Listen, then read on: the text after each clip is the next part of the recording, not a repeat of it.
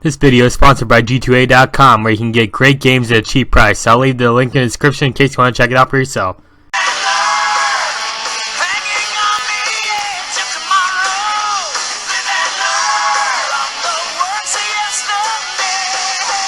Hey everybody, I'm SuperSonicJB, and let's sing Hallelujah to the Lord, because The Legend of Zelda, Breath of the Wild, is finally out.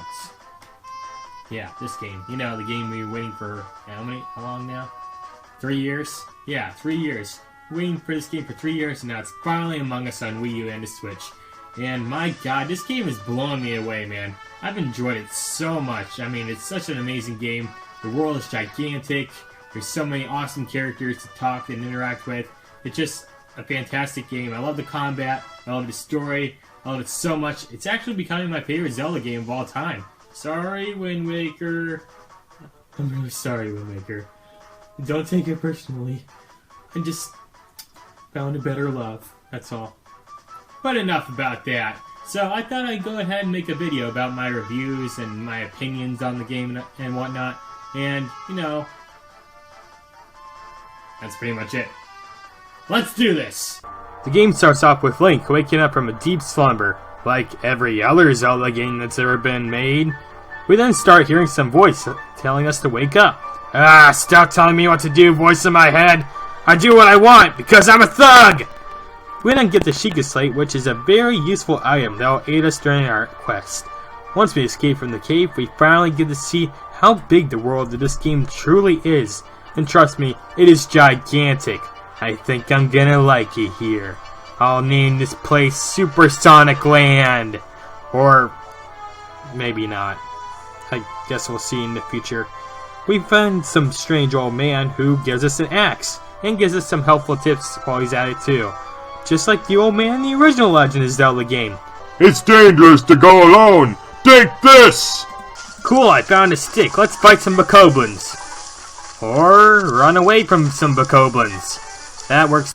Head for the point marked on the map in the Sheikah Slate. How about you stop telling me what to do? What do you think about that, huh? After picking up some apples, climbing some rocks, and doing a lot of swimming, we make it to our first Sheikah Tower, where we learn more about the story of the game. Apparently, we've been asleep for 100 years, and Calamity Ganon is about to break out of Hyrule Castle. And we have to stop him. So come on, what are we waiting for? Let's go to the castle and defeat Ganon! Once and for all, finish him off and everything, he'll be dead!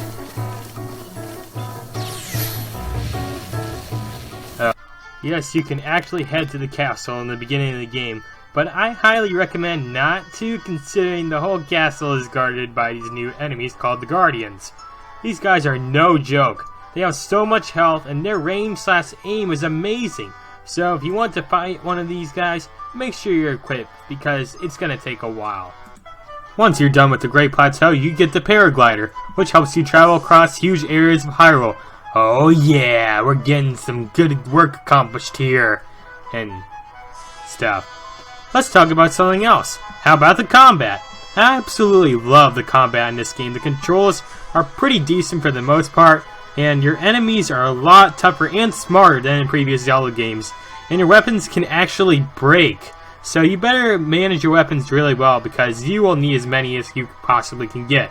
This game is a lot harder than other Zelda games too. You have to be really strategic in order to win. And it's just a really fun game in general in order to play. I love going around just killing bokoblins, but unfortunately, they can kill me back really easily, which really sucks to me. Really. You can even go hunting and kill all kinds of animals. Oh look, little lone goat in his natural habitat. Die! Look on the bright side. At least it kept me from getting hungry. You can even attack cuckoos like before, as always, but don't do that because they will once again kill you. Sorry, Link. One of the main attractions in this game are all the shrines. There are over 100 shrines in this game, and they have really awesome puzzles for you to solve. They're kind of like mini dungeons in a way. As you progress through the game, the shrines get harder and harder. Sometimes, I literally just stand there confused on how to beat a shrine, even when the answer is so obvious, I just don't realize it at all. It's just, I'm not too bright sometimes. Come on, Link. You know how to do this, right? That? Can this work? Can we forget that ever happened right there, folks? Please? And yes, you will die a lot in this game. From enemies, from traps, from pretty much everything wants to kill you in this game. Heck, even some NPCs will try and kill you. So you better watch out for them too. Oh, and just a fair warning. Just be careful on where you go. And watch your stamina. And of course, we can't forget the snowboarding. Surfing on the snow here. I'm gonna freaking die. Keep surfing on the snow here. Just keep going till you die. I don't know. Oh yeah, and you can also tame wild horses, which is really fun. If you're like me, you'll fail several times until you finally turn off the game, only to turn back on 5 minutes later and start trying again. You can even name your horse anything you want. Oh, and just so you know, your horse can die, which is so sad, man. My horse is dead. No way. He was my favorite horse of all time, and my best friend. Rest in peace, old friend. You can also get Epona in this game, and she is maxed out in every stat known to man. So, I had to go with her. You can get her using the Link Amiibo from Smash Bros. Style. And she's really awesome. As I said before, there are a lot of great side quests in this game. There are some side quests where you need to get a whole bunch of stuff for people, like crickets, or kill a whole bunch of monsters, or this one where this chick goes crazy because you stepped on her flowers. Yeah, the NPCs are really funny in this game too, and I gotta say, I really do enjoy talking to them. They kind of remind me of Majora's Mask NPCs because they're just they have so much personality and everything. And the villages are also really cool because they got a lot of cool people too there. So, yeah. Alright, now that we got all that out of the way, I might as well talk about some things I did not like in the game. For one thing, the music. I mean, it's not bad by any means necessary, but the music is just not that catchy or anything. When I think of like Zelda music, I think of really awesome, amazing songs like Hyrule Field or Serious Song or Midna's Lament, which are all such amazing songs. But this game doesn't really have those kinds of songs, which is kind of a letdown, to be honest. I mean, most of the time you don't even hear that much music. It's just like we're walking around land and all that junk, and you don't hear anything besides like, I don't know, an owl or a bird or something. And the next thing I'm not really a big fan about is some of the button layouts. Like, the Y button is to jump and everything. I'm definitely not used to that. And don't even get me started on climbing because, yeah, like, when you climb, like, you have to use the Y button to jump. I keep thinking it's the B button. It's not really that big of a complaint. I am used to it now, but when I first started off the game, I was just so used to thinking to press the B button in order to use the sword. And maybe A to jump or something. But nope, that layout's a little strange, I will say that. But overall, I really enjoy this game a lot. I mean, some of the side quests are kind of challenging. Like, some of them you have to really find a lot of things and go out and find 10 crickets or whatnot. And it's kind of hard to find some of these things, but, you know, the challenging part of the game is a lot of fun. Another thing that's worth mentioning is this new type of enemy called the Yiga. They disguise themselves as travelers, and they attempt to kill you if you come too close or if you talk to them. When I first met one, I was completely caught off guard, as you can tell from this video right here. Now I know every time I see the word traveler instead of an actual name, then I know they're a fake person. I would also like to mention that after every 4 shrines you complete, you can exchange the pearls you get for heart containers or a stamina upgrade, which is really nice. I need some love, so give me some love, lady! Come on, give me some love! Alright, don't take that too literally, guys.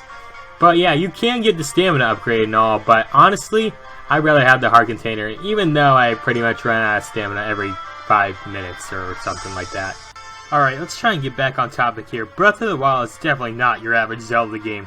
The enemies are tougher, your weapons can break, you don't get special items in dungeons, but I'm actually okay with that. This series needed something new to change it around for a little bit. The whole world feels amazing and there's so much to do in it. Heck, several times while playing the game, I'm like, alright, time to head to our next destination and, ooh, what's that over there? Okay, I'm gonna check this out first and then we'll go. 3 days later. Oh yeah, and we can't forget the dungeons. Sure, there are fewer dungeons than in previous Zelda games, but they are different from the previous Zelda game dungeons. Like, you don't have to use a certain item to get to a certain area and everything. It's kinda nice, and I like it a lot. So, dungeons are pretty cool in this game too.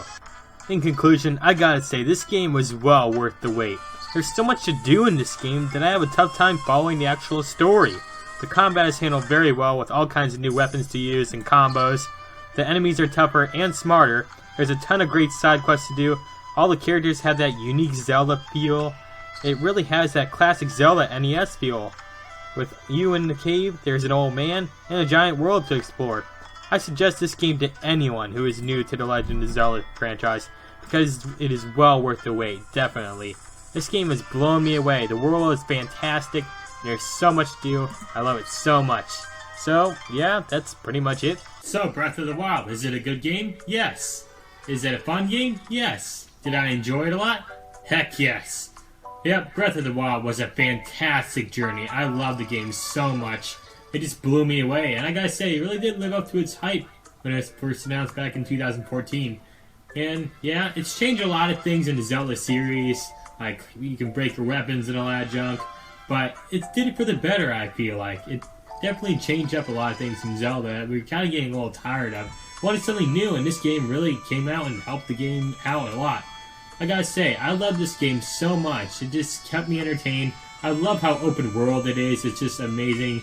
The NPCs are really fun, really energetic, and I love all the side quests, and the dungeons are cool too. There's only 4 of them and all, but I still love them. So, yep, that's about gonna wrap it up. I give the game a 10 out of 10 to be honest. That's how good of a game I think it is. So, we're gonna stop the video there. So once again, thank you all for watching. If you like the video, hit that like button, and comment, subscribe to my channel, and check out g2a.com, by the way. Alright, until next time, bye guys. Hey everybody, thank you all for watching this video. It really means a lot. If you like the video, hit that like button, and comment, subscribe to my channel. Oh, and if you want to check out g2a.com, I'll leave a link in the description in case you want to check it out, where you can get great games at cheap prices. So, if you're new, check out my other videos. Alright, thank you all for watching. Until next time, bye guys.